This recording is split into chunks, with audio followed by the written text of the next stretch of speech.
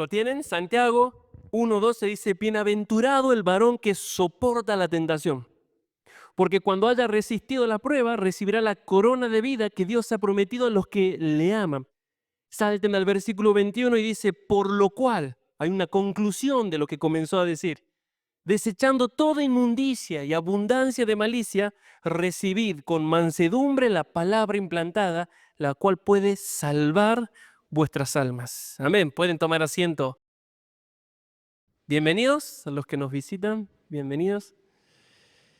Si prestamos atención, aunque fui muy enfático, acabo de leer dos pasajes que están separados por 8 versículos entre ellos, el versículo 12 y el versículo 21. Y la razón es que quiero que podamos entender en esta predicación, en realidad es uno de los temas de todo el libro, Santiago estaba preocupado y estaba enfocado en ayudar a estos hermanos para que sean salvos.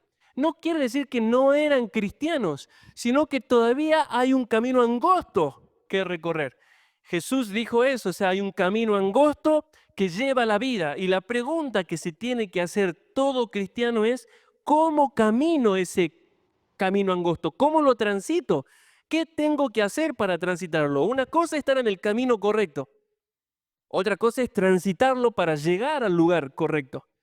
Entonces estos hermanos estaban en el lugar correcto, se habían arrepentido, eran hermanos. Constantemente en toda la carta Santiago le dice, amados hermanos, hermanos míos, son cristianos, pero el cristiano debe caminar el camino angosto que Jesús marcó. Pedro dice en su primera carta que ejemplo nos dejó Jesús para que sigamos sus pisadas. Entonces Santiago está preocupado y está enfocado en ayudar a estos hermanos a caminar el camino angosto que Jesús les marcó. ¿Por qué Santiago tenía esta preocupación? Porque, como lo saben en el contexto del libro, los hermanos estaban bajo diversas pruebas duras, difíciles, y cuando uno se encuentra en diversas pruebas, aumenta la posibilidad de volver atrás y de abandonar la fe. Cuando uno sufre en el camino del Señor, las probabilidades de volver atrás aumentan, exponencialmente aumentan. Por eso Jesús habló en Lucas 8:13 de los que creen por algún tiempo, pero en el tiempo de la prueba se apartan. Creen, pero cuando viene la prueba a probar lo genuino de su fe, se apartan. Y Pablo, por ejemplo, también después de tener que dejar a los tesalonicenses porque lo estaban persiguiendo, se cree que tuvo como tres semanas, dicen algunos que estuvo Pablo y tuvo que huir. Imagínense dejar a recién convertidos de 3 semanas y tener que huir. Pablo dice en 1 Tesalonicenses 3:5 que estaba preocupado de que el tentador los hubiera tentado a abandonar la fe. Él se tuvo que ir, no había WhatsApp, no había videoconferencia, no había nada.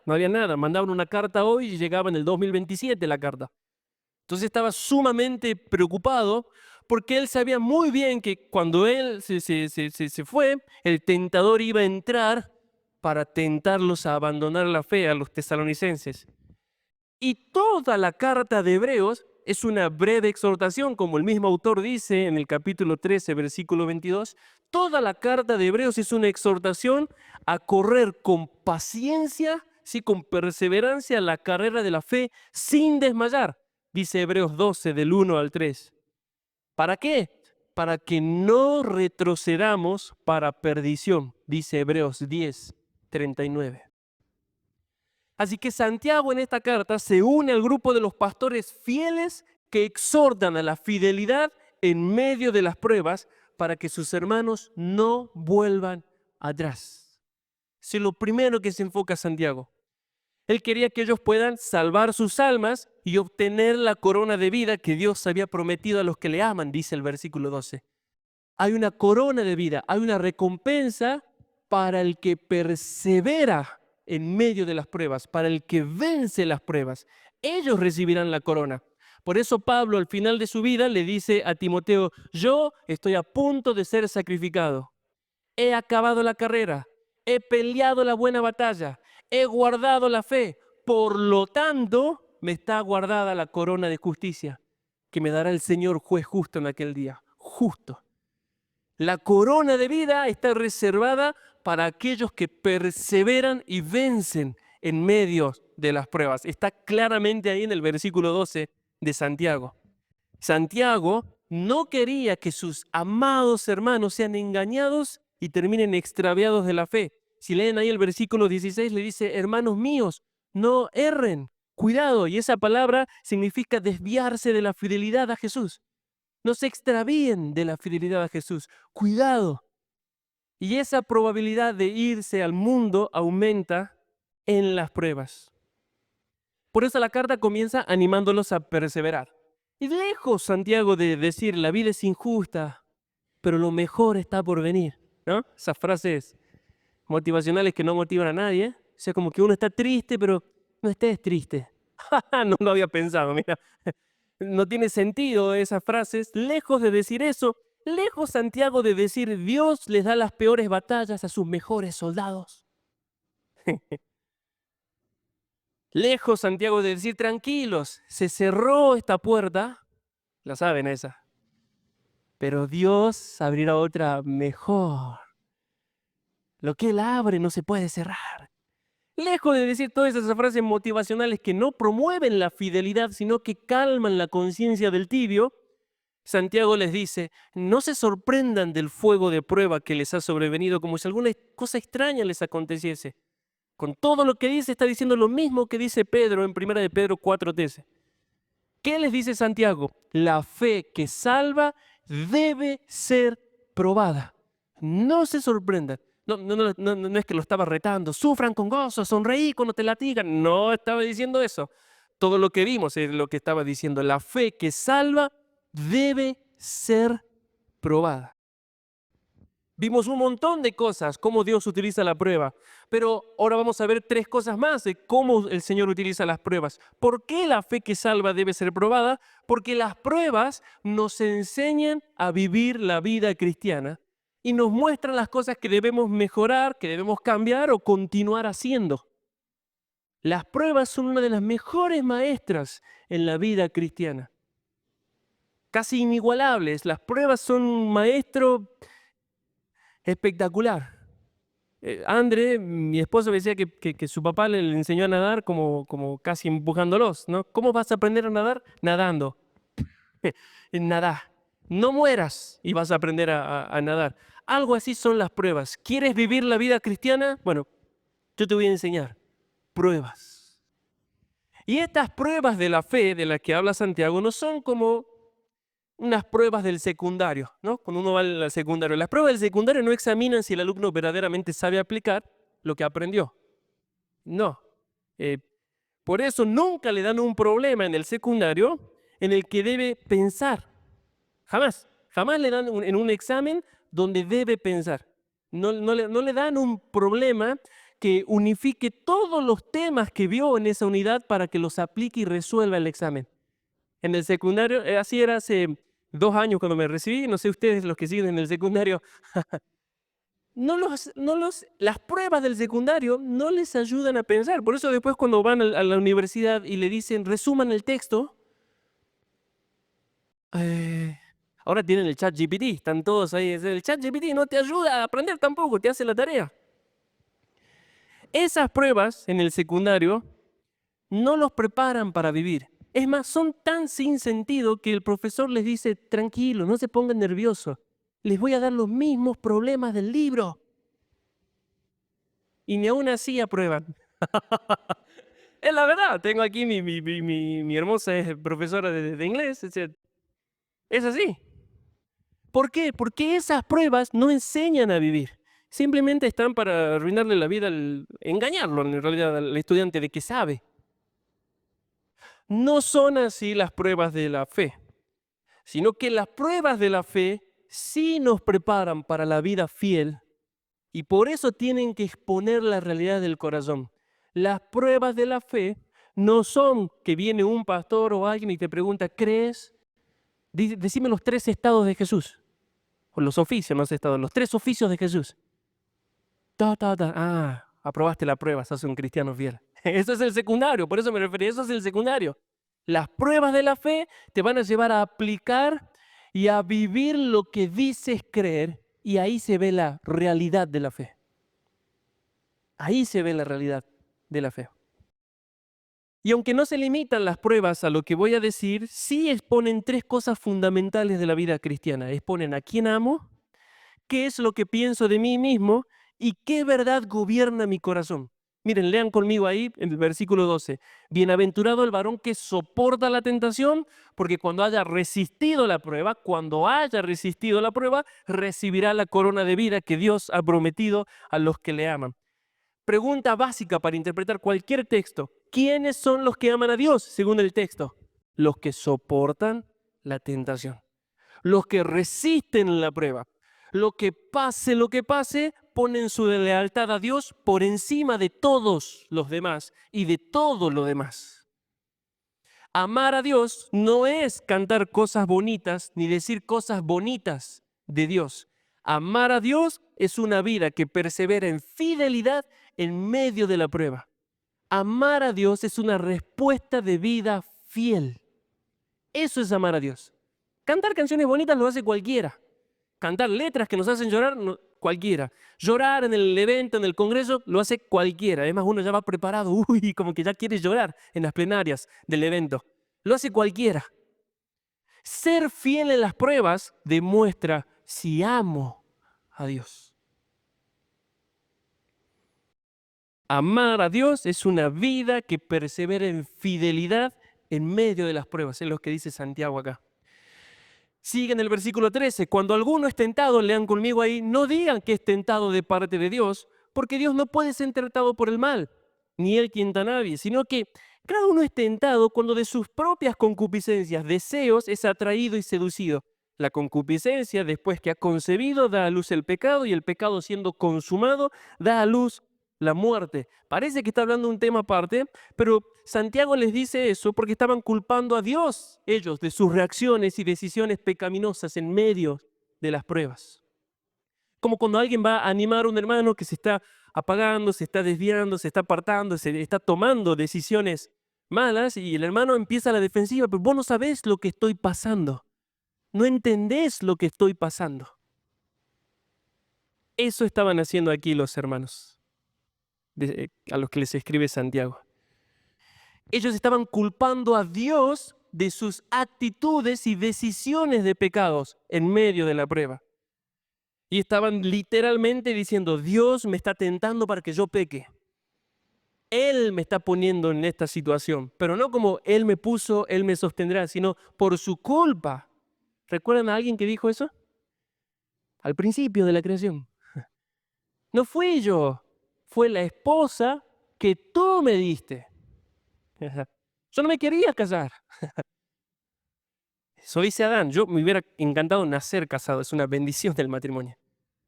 Pero Adán dijo, la esposa que tú me diste. Él me está poniendo en esta situación, decían estos hermanos a los que les escribe Santiago. Y detrás de todo eso estaban diciendo, yo nunca hubiera actuado así si Dios no me habría puesto en esta situación. Yo no soy así. ¿Alguna vez dijeron eso? Yo no sé qué me pasó. Yo no soy así. Yo no quise hacerlo. Bueno, hermano, pero hace 15 años que llevas sin querer hacerlo y lo seguís haciendo.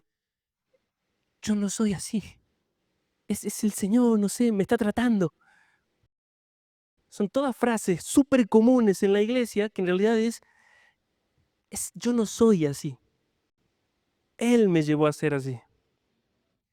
¿Qué muestra eso? Tenemos un concepto muy errado de nosotros mismos hasta que llegan las pruebas. Hasta que llegue el dolor, hasta que llega la traición, hasta que llega la enfermedad, hasta que llega la injusticia, la presión aplastante que sentís que vas a explotar y no aguantas más, hasta que mi cónyuge no cumple con mis expectativas, o yo mismo me comienzo a dar cuenta de que no soy lo que creo ser. Ahí se empieza a ver la realidad. Las pruebas llegan a preguntarnos, ¿sos tan santo como crees? ¿Sos tan firme en la fe como crees? ¿Sos tan consagrado como crees? Las pruebas te preguntan. ¿Sos tan paciente como crees? Los que se vayan a casar, ellos tienen un diploma en paciencia cuando son solteros, hasta que se casan. Las pruebas te preguntan, ¿sos tan buena persona como estás convencido que sos? ¿El concepto que tienes de ti mismo puede pasar la prueba? Eso se tienen que hacer ustedes, cada uno en realidad, cada uno de nosotros. El concepto de cristiano que tengo de mí mismo, ¿puede pasar las pruebas? ¿Y cómo voy bajo las pruebas que estoy sufriendo ahora? No pecamos por culpa de Dios, le dice Santiago. Pecamos porque no estamos dispuestos a renunciar a nuestros deseos más profundos. Eso es concupiscencias. No estamos dispuestos a renunciar a nuestras concupiscencias. Entonces, cuando viene la prueba, elijo satisfacer mis deseos más profundos en lugar de la lealtad al Señor. Dios no tienta a nadie, dice Santiago, porque Él no tiene deseos pecaminosos que lo puedan atraer y seducir para llevarte a hacer mal, como si tenemos nosotros. Dios no tienta a nadie y no puede ser tentado por el mal. Él no tiene esas concupiscencias pecaminosas de ustedes, de nosotros, del ser humano. Si no, miren lo que dice el versículo 14. Cada uno es tentado cuando de sus propios deseos es atraído y seducido. No es Dios. Yo deseo eso que hice y luego busco un justificativo. Muy duro, Santiago, ¿verdad? Es durísimo. No es Dios, no es la situación, no es el pastor, no es la iglesia, no es mi hermano, no es mi perro, no es mi gato, no es el vecino que pone la música súper fuerte. Son mis deseos a los cuales no quiero dejar, los que me están manejando. Entonces la concupiscencia comienza a concebirse, da la imagen de que comienza a crecer. Por eso yo les dije, nadie cae en pecado. Cuando ustedes escuchen de un pastor que cayó en adulterio, nadie vive en santidad y, se acostó con una mujer que no es su esposa. No, ese deseo comenzó a trabajar, la concupiscencia tiene que crecer. Después que ha concebido, la da a luz el pecado. Esta es la imagen de que eso se va creciendo, ese pecado, va creciendo, va creciendo, va creciendo, va creciendo hasta que da a luz el pecado. Y el pecado, una vez consumado, trae muerte a la vida. Entonces Santiago le dice, no sean orgullosos. ¿Van a culpar a Dios por sus decisiones? ¿En serio? ¿Nadie más en la historia de la humanidad sufrió lo que ustedes están sufriendo? Es lo que les está preguntando Santiago. ¿En serio me van a decir? El autor de Hebreos le dice, hermanos, ustedes no han luchado hasta la sangre contra el pecado todavía. O sea, no saben lo que es derramar sangre en su lucha contra el mundo. Perseveren. No los está retando, sino que les está diciendo, si hay gracia en los mártires, hay gracia en la prueba que ustedes están pasando, pero deben perseverar, deben ser fieles. Y Santiago les dice acá, ¿vas a culpar a Dios por tus deseos, por tus decisiones? Aún cediendo constantemente ante el pecado, ¿vas a seguir pensando que sos un cristiano fiel y que es la culpa de Dios? Eso es orgullo. Orgullo. Yo quiero, pero mi esposo no. Y déjalo que no quiera. Sé fiel. Yo quiero, pero mi esposa no. Amala, sé un fiel esposo, pero ¿a quién eres leal? Yo quiero, pero mi familia se va a poner mal si decido tal cosa. ¿A quién eres leal? ¿Piensas que eres un cristiano fiel? ¿Pero estás dispuesto a amar a Dios en la prueba o vas a amar a tus deseos? Es lo que le dice Santiago aquí.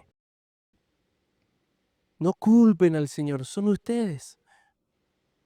Estos cristianos estaban escogiendo el enojo y el pecado, convencidos de que eran víctimas. ¿Alguna vez se sintieron así bajo una prueba? Yo soy víctima y no culpable. Ellos no se veían culpables, se veían víctimas. ¿Cómo sé que se veían como víctimas y estaban llenos de enojo? Porque si leen rápidamente del versículo 19 al 21, Santiago les dice, dejen la ira. O sea, si les dice que dejen de enojarse, ¿por qué? Estaban enojados, estaban airados contra Dios. Dejen la ira. Y más adelante le dice, dejen la inmundicia moral en el corazón y dejen la abundancia de malicia. Sus corazones se habían llenado de estas cosas contra el Señor. Tienen un alto concepto de sí mismos. Yo no me merezco este trato de Dios. Yo soy un cristiano fiel. Y Santiago les dice, no, el cristiano fiel no elige las concupiscencias todo el tiempo. El cristiano fiel ama al Señor perseverando en las pruebas. No se equivoquen, no es culpa de Dios. Aún esa actitud de echarle la culpa al Señor, de llenarse de enojo en las pruebas y de decir yo nunca lo haría, es fruto de una raíz más profunda. Ellos habían olvidado no solo que Dios no tienta a nadie, sino que Dios hace todo lo contrario. Se habían olvidado que hace todo lo contrario. Por eso Santiago 1:16, lean conmigo, dice, amados hermanos míos, no erréis, no se engañen a ustedes mismos. Toda buena dádiva y todo don perfecto desciende de lo alto, del Padre de las luces, en el cual no hay mudanza ni sombra de variación. No solo que Él no tienta, sino que Él bendice a su iglesia. Dios no tienta a nadie. Él no es el causante de nuestros pecados, dice Santiago. Él nos da toda buena dádiva, todo regalo, todo don perfecto, y siempre fue así. El Padre de las Luces era un título para referirse a Dios. El Padre de las Luces no cambia, no hay mudanza ni sombra de variación. Él no ha cambiado y no va a cambiar en lo más mínimo. Siempre fue así. Las pruebas revelan no que Dios cambia, sino la realidad de nuestro corazón, les dice Santiago. Estos hermanos entonces habían dejado entrar en sus corazones la mentira que Satanás sembró en todo el mundo. Dios no es bueno, Dios es malo.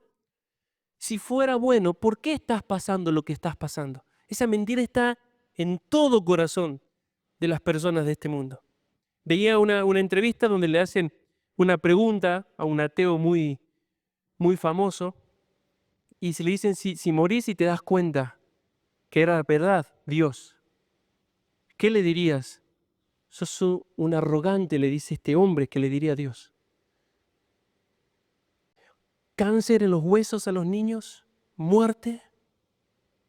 Son argumentos científicos, entre comillas. ¿Qué tiene el ateo? Odio, bronca a Dios. Y si existiera, dice este ateo en esa pregunta, yo no me sujetaría a él. Sí, el problema no es que haya un Dios, y él mismo lo dice. Yo no tendría problema de seguir a un Thor, lo dice ahí en la entrevista, a un Dios nórdico. Es este Dios, dice que no lo quiero.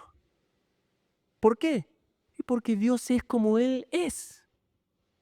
Y el hombre odia a Dios y Satanás sembró esta mentira en el corazón. Dios es malo, tú eres bueno. Toda injusticia que ocurre, échale la culpa a Dios. Salomón lo resume así: la insensatez del hombre tuerce su camino y su corazón se vuelve contra Jehová. Es como que yo cruzo la calle en rojo, me atropellan y le echo la culpa a mi esposa. Así de ridículo. ¿Y por qué no me avisaste? Y dice, pero yo estaba en la iglesia, ¿y por qué cruzas en rojo? Ah, no sé, yo nunca lo haría. No sé qué me pasó. Cuando pasamos por diversas pruebas, comienza en nuestros corazones una guerra de verdades. La palabra de Dios versus las mentiras del mundo. Y lo que yo elija creer va a determinar mi conducta en las pruebas. Revela quién gobierna mi corazón. Las pruebas. Hay una guerra de verdades. Le creo a Dios y soy fiel a su palabra. Eso es tener fe en Él. O sea, confío en lo que Él dice, entonces soy fiel. ¿Le creo al Señor o elijo el mundo, las mentiras del mundo? Entonces las pruebas llegan para preguntarnos también, ¿quién gobierna tu vida? ¿La palabra de Dios o las mentiras del mundo? ¿A quién estás creyendo? Lo que les estaba pasando a estos hermanos es que es lo que nos ocurre a todos cuando nos encontramos en diversas pruebas. Ellos habían cerrado sus oídos a la voz del Señor. Y es lo que nos ocurre a todos muchas veces en las pruebas, ya sea por el dolor, ya sea por la frustración, ya sea por el enojo. Nuestros corazones luchan con decir, basta, ya no quiero más de Dios. Sé que es así. Y Santiago les dice, no hagan eso, se están cerrando a la palabra de Dios. Y no se dan cuenta, miren el versículo 18, que Él de su voluntad nos hizo nacer por la palabra de verdad, para que seamos primicias de sus criaturas. La palabra, le dice Santiago, que ustedes están rechazando ahora es la que los hizo nacer de nuevo. La palabra de Dios les dio vida nueva. Y ahora ustedes son el primer fruto, o sea, la primicia de la restauración de todas las cosas. No rechacen la palabra de Dios. No cierren sus oídos a la verdad de Dios, aunque no sea lo que queremos escuchar a veces. Somos sinceros, nos encanta escuchar. Dios les da sus mayores batallas a sus mejores guerreros. Nos encanta eso, pero no nos va a ayudar a caminar el camino cristiano. Entonces, como la palabra en la vida del creyente es crucial, miren lo que dice el versículo 19 de Santiago. Por esto, mis amados hermanos, todo hombre sea pronto para oír, tardo para hablar, tardo para airarse. Porque en la ira del hombre no obra la justicia de Dios. Entonces desechen toda malicia y abundancia, desechen toda inmundicia y abundancia de malicia, y reciban con mansedumbre la palabra implantada, la cual puede salvar vuestras almas. ¿No eran salvos ya? Sí, habían sido justificados, pero hay un camino angosto que caminar todavía para ser salvos. Por eso Pedro habla de la salvación que está pronto a ser manifestada. Y el autor de Hebreos les dice, cuidado, no sigan el ejemplo de los israelitas. Todavía hay un reposo al que debemos entrar. Y ellos, los israelitas, todos salieron de Israel, todos fueron liberados de Egipto, todos fueron liberados de Faraón, pero no todos entraron por incredulidad. Murieron en el desierto. Y el autor de Hebreos dice, cuidado, hay un reposo para el cristiano todavía al cual debe ingresar. Es lo que está diciendo Santiago acá. Si en las pruebas ustedes cierran sus oídos a la palabra del Señor, no van a ser salvos. ¿Qué quiere decir recibir la palabra con mansedumbre? Es recibir la palabra sin hablar, sin ira, sin inmundicia, sin abundancia de malicia. Es que cuando alguien te guía al Señor y dice, no, pero vos, que todo, pero yo nunca lo haría. Y Santiago dice, tienes un nombre muy grande, un orgullo muy grande, te estás resistiendo a la palabra, no estás caminando en la fe. No lo hagas. Eso es lo que dice Santiago. No lo hagas.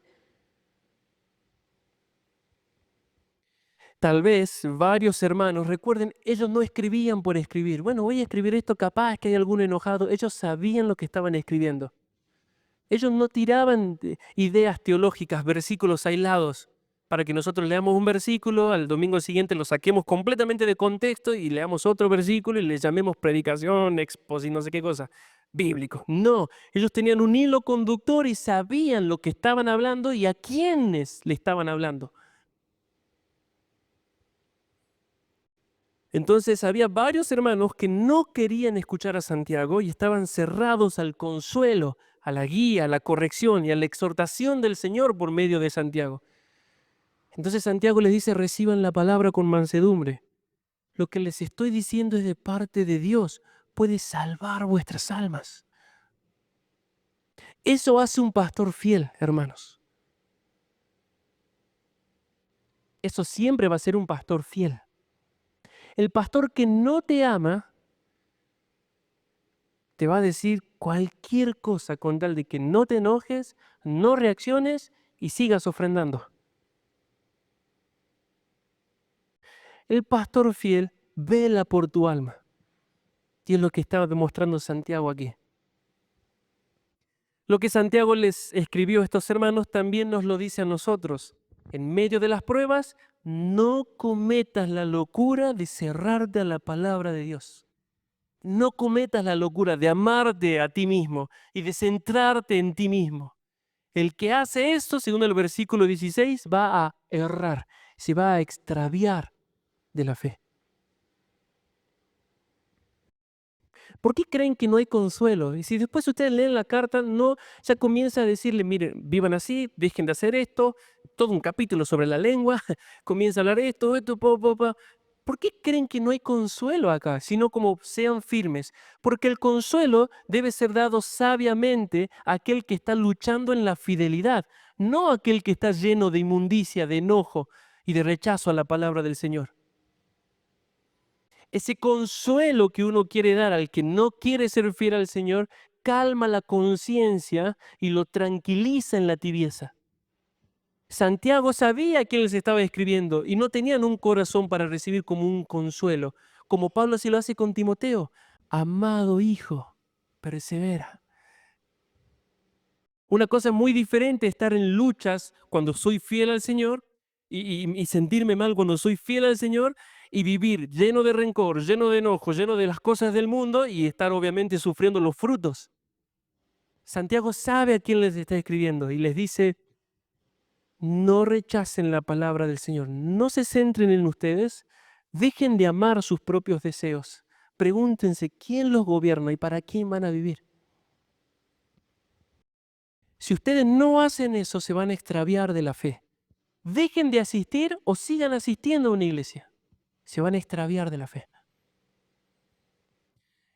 En lugar de eso, de llenarse de enojo, de un montón de cosas en medio de la prueba, deja, dice Santiago, que el Señor te moldee, te hable, te muestre la realidad del corazón. Esto es lo que hay. No, Señor, pero vos no sabés lo que me... Yo sí sé, soy el Señor. O sea, esto es lo que hay. Esto es lo que hay. Desecha el enojo, desecha la ira, sé manso. Y como vimos en el estudio de la comunión, el prudente calla. Desecha todo ese rechazo al Señor, porque es bienaventurado, significa dichoso, pleno, feliz, el varón que soporta la tentación, que es fiel en la tentación.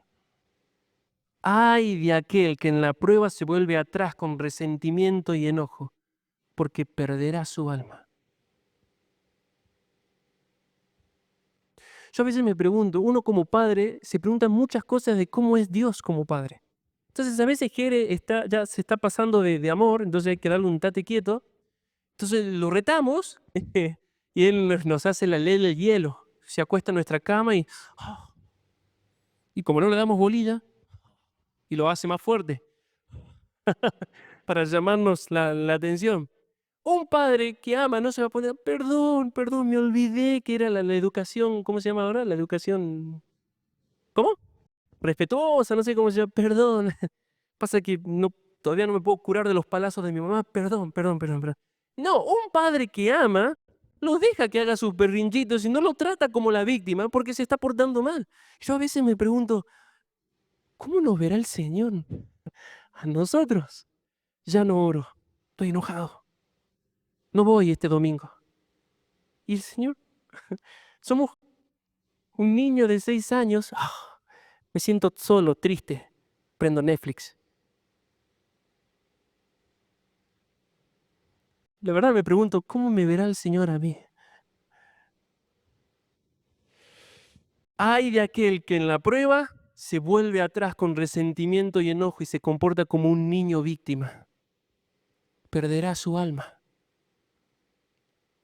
Y el tiempo pasa, hermanos. Yo, por ejemplo, a Marielita, ¿cuánto le tiene Marielita? 15 años tiene Marielita, y le digo Marielita porque la conocí desde que era Marielita. Y no puedo entender que ya no es Marielita, pero es Marielita. Ya pasó el tiempo pasa. Ay de aquel que en la prueba no persevera, pero feliz, dice Santiago, el que soporta la prueba. Dichoso, pleno, bienaventurado el que soporta la prueba con fidelidad. Esa persona recibirá la corona de vida.